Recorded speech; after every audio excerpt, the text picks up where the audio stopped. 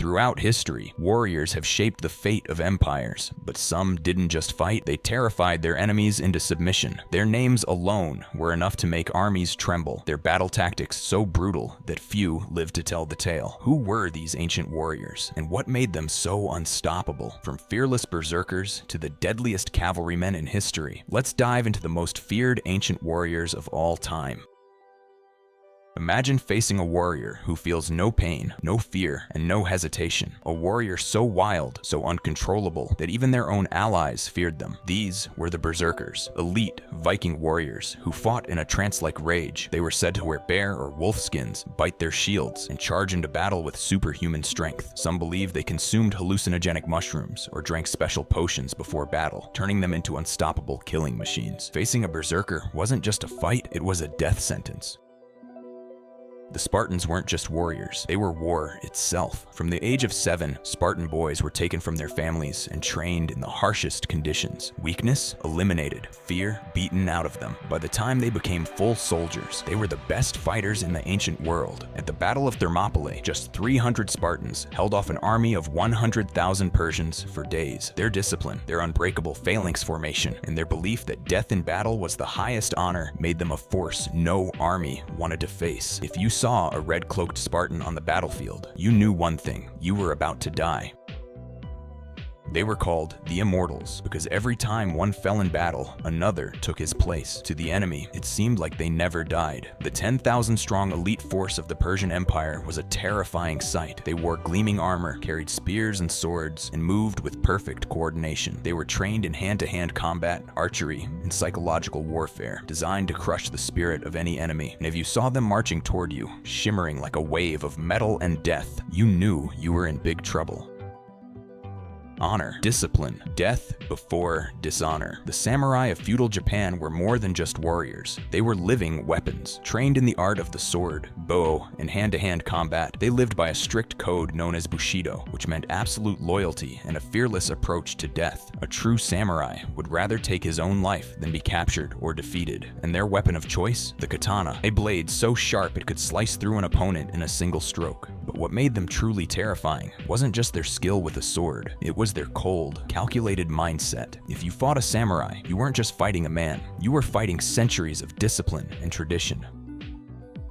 If you saw dust rising on the horizon, it was already too late. The Mongols were coming. Led by Genghis Khan, the Mongol warriors were the most feared cavalrymen in history. They were born on horseback, trained to shoot deadly arrows at full gallop, and had the fastest moving army the world had ever seen. They didn't just fight battles, they erased civilizations. Entire cities surrendered without a fight out of sheer terror, and those who resisted wiped off the map. The Mongols conquered more land in 25 years than the Roman Empire did in 400. They were an unstoppable storm, sweeping across Asia and Europe, leaving only destruction in their wake.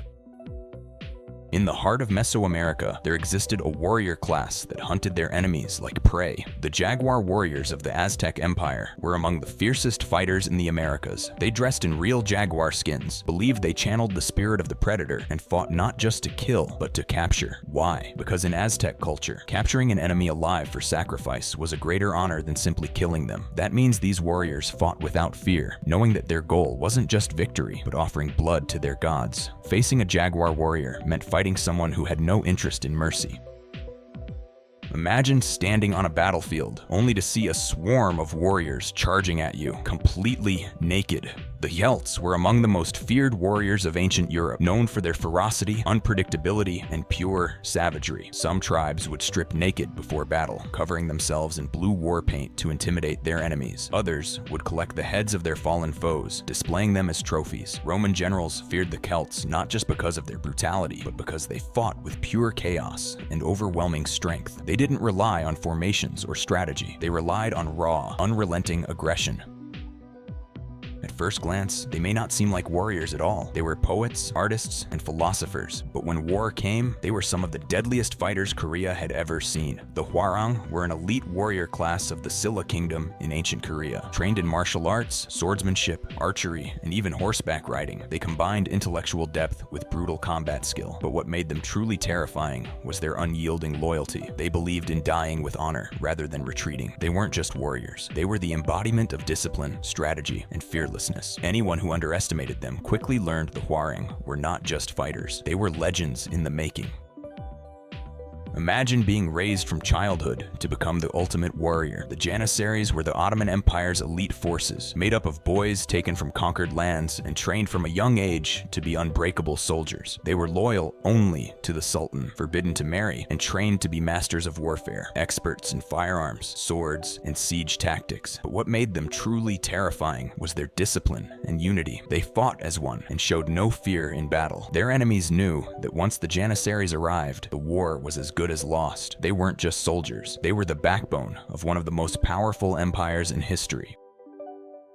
Before the battle even started, the enemy was already terrified. The Maori warriors of New Zealand were not just skilled fighters, they were masters of psychological warfare. They would perform the haka, a fierce war dance with stomping, shouting, and bulging eyes that could break an enemy's spirit before a single blow was struck. Armed with deadly wooden weapons, like the taiaha, a sharp wooden staff, they fought with precision and ferocity. And if you were unlucky enough to face one in battle, you might end up as a part of their collection, because they were known to take the heads of their enemies as trophies. Fighting a Maori warrior meant fighting someone who had no fear of death, only the hunger for victory. These warriors weren't just soldiers, they were legends. They didn't fight for wealth or land, they fought for glory, honor, and the sheer love of battle. And while their civilizations may have faded, their names still echo through history. Which of these warriors do you think was the deadliest? Let me know in the comments, and if you love history, don't forget to like, subscribe, and hit the bell icon for more deep dives into the past. Thanks for watching, and I'll see you in the next video.